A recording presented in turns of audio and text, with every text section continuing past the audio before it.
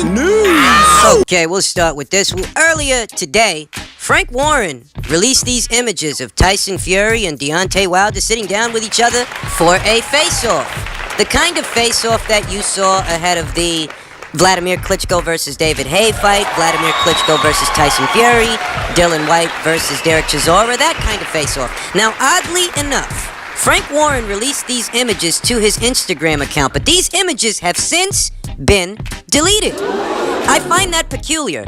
Just as well, I find it peculiar that they would film, a face-off so soon. I mean, this is the fastest I've ever seen one of these things done. Nevertheless, Frank released these images, and in the caption, which has since been deleted, but in the caption, he detailed that this is one of the best episodes that has ever been filmed. That is what Frank alleges. Now, why these images aren't currently available on his Instagram the way they were earlier today is a mystery. We don't know. Maybe he wasn't supposed to release the images this early. Bit of a snafu. Who really fucking knows? But some of us have seen it, and, we have to start operating under the assumption that in spite of our own skepticism, what if these guys fight? What if they do? What if the skeptics, like myself, who don't really believe that this is legitimate, even now, I still feel like this is a lot of smoke and mirrors. I still feel that there is some divisiveness going on here. Even now, with these images being released and the story gaining more momentum, a part of me still looks at this very suspiciously. But like I said in a previous video, as long as they're still pumping out stories in reference to this potential fight, as long as this is still being reported on by the boxing media, and the promoters and the aforementioned parties involved keep saying that they're gonna fight, as long as they keep doing that, then we can at least entertain the possibility that, okay, let's say they do fight, who would win the fight and why?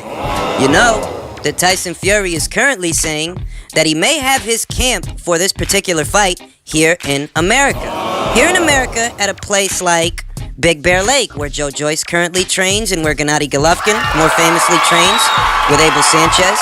Fury is saying that he may have his camp for that fight here.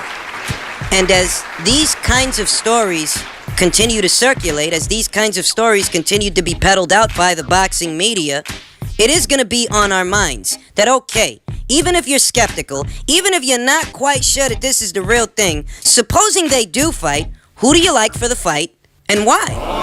Now, we can hypothesize. Assuming these guys are for real, assuming these guys actually are going to fight at some point in the fall before the end of the year, who would win that fight? I'd say Deontay Wilder wins that fight. I'd say Deontay Wilder wins that fight by way of knockout, probably after the mid-rounds. And here's why.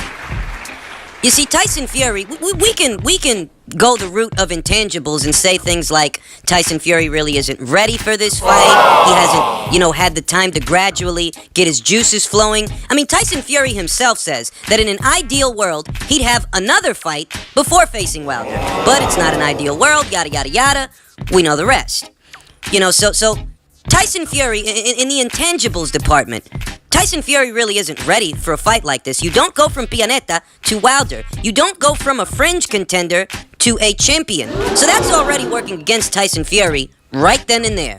That this is not the kind of preparation that is adequate for this situation, okay? You want to get back to the elite level, you have a couple of tune-ups. You fight one more guy like Pianeta, and then you fight a seasoned contender, a top contender, before you square off against the champion. This is the main reason I've said in the past that my guesstimate is, I'd say Fury would need 3 or 4 tune-ups before he'd be ready for a champion. That includes Deontay Wilder and Anthony Joshua.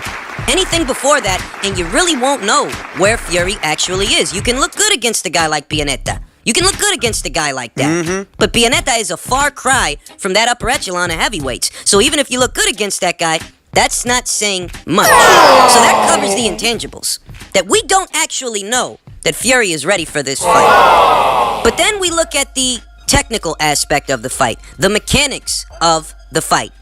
It has been close to 3 years since Tyson Fury faced a top-level guy, you understand. It's been close to 3 years. And against Deontay Wilder, he'd be facing things that he hasn't had to face in a very long time. I mean, it's been close to 3 years since Tyson Fury was pushed by an opponent. Squared off against an opponent that is going to pose some resistance. Squared off against an opponent that is a clear and apparent threat. It's been 3 years since Tyson Fury fought somebody that can really push back. So while you can sit there on the turnbuckle avoiding punches from Francesco Pianeta, do realize that you can't afford to do that with Wilder. Nope. You cannot afford to sit on the turnbuckle with Deontay Wilder while he lets his hands go. Because unlike Francesco, he does not have to be right up on you to touch you with his punches. With Deontay Wilder's dimensions and his wingspan, he can touch you with his punches from the outside. And with the kind of punching power that he has, the last thing you want to do is paint yourself in a corner. Don't do it. And let that guy go off on you. Start firing off shots. Bad idea.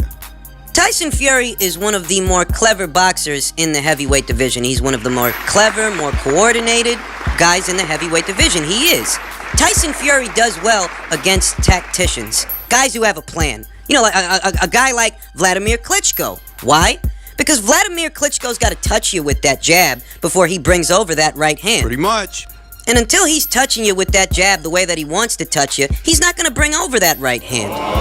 In that way, Vladimir Klitschko is very methodical, and Tyson Fury was hip to his method. He knew his man. He knew how to throw that guy off his game plan. But rest assured, it's because Vladimir had a game plan. Wilder's not a game plan kind of guy. Wilder's the kind of guy that takes chances. He takes chances because he really believes in his power. Essentially, in Deontay Wilder, you're not facing a tactician. You're facing an explosive puncher. So the herky-jerky movements, circling the ring, feinting, that's not going to deter this guy. That's not going to work. Keep him at bay. That's not going to make him cagey or cautious. That stuff's not going to stop this guy from coming after you.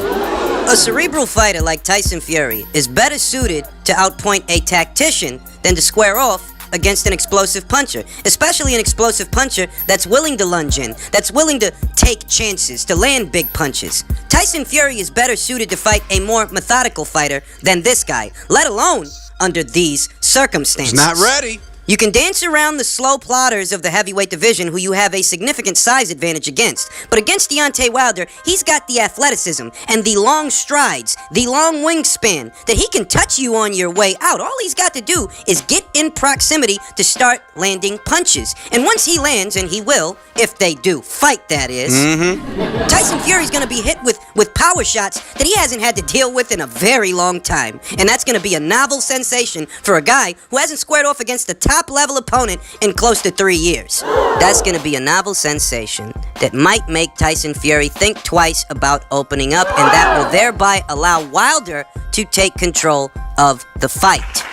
There are physical components to be considered here that, for all his tactical virtues, Fury really isn't the puncher that Deontay Wilder is. Fury really isn't the puncher that Anthony Joshua is, you understand. So, a knockout for Fury, that just isn't very likely at all. If Fury has any way of winning this fight, it would have to be a points decision, but therein lies the dilemma. Can you stay away from the right hand of Deontay Wilder for 12 rounds? You certainly don't have the kind of power to knock him out. Nope.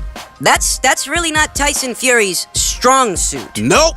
To exploit Deontay Wilder's flaws to where you can fire off a counter shot, land with authority, get him in trouble, and then go in for the kill. That's not very likely to happen.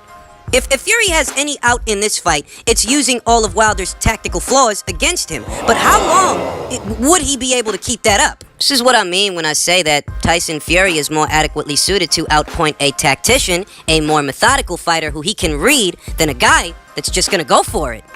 And then there's Wilder's punch resistance to consider. You know, Luis Ortiz is arguably a more concussive puncher than Tyson Fury. In that Luis Ortiz fight, Deontay Wilder had to not only deal with a concussive puncher, but a skilled tactician himself. A skilled tactician who also happened to be a southpaw. It was a very hard situation for Deontay Wilder. It was a situation where he almost got knocked out. Yet he weathered all of that. He weathered all of that, stayed on his feet, survived the onslaught, and rallied back. That was against a more concussive puncher than Tyson Fury. Deontay Wilder's punch resistance is not to be glossed over. And with Tyson Fury not really being a big puncher, you know, the odds of him hurting Wilder or getting his respect, making him, cagey or afraid to let his hands go, that's just not very likely. As desperation sets in, Wilder will just become more and more aggressive, and Tyson Fury would be that much more hard-pressed to try to work around this guy. Work around the kind of opponent that he really hasn't had to deal with in a very long time. This is no slow plotter. This is an athletic guy with with a lot of hand speed and a whole lot of power. And with Fury's preferred method of operation, being light on his feet, fighting on the fly, not really sitting on his punches, he won't land with authority on Wilder, so he won't get Wilder's respect, thus, he won't get him to back off. I'll admit that Tyson Fury may have some moments in this fight, that there will be moments where he's outboxing Deontay Wilder, really exposing all the flaws in Deontay Wilder's footing and his balance, his choice of punches. There's gonna, there would be moments like that, but that's nothing that we haven't seen before. The technique alone is not enough to get the job done. There's a certain level of physicality that's required here. There's a certain level of physicality that is necessary to beat Deontay Wilder. It's my personal opinion that Anthony Joshua has that kind of physicality. The kind of hard punches and counters that could really get Deontay Wilder's respect, that will hit him in such a way that he's really never been hit by anyone who he's fought in 40 professional contests. Tyson Fury is a very skilled guy, but what he isn't is a concussive puncher.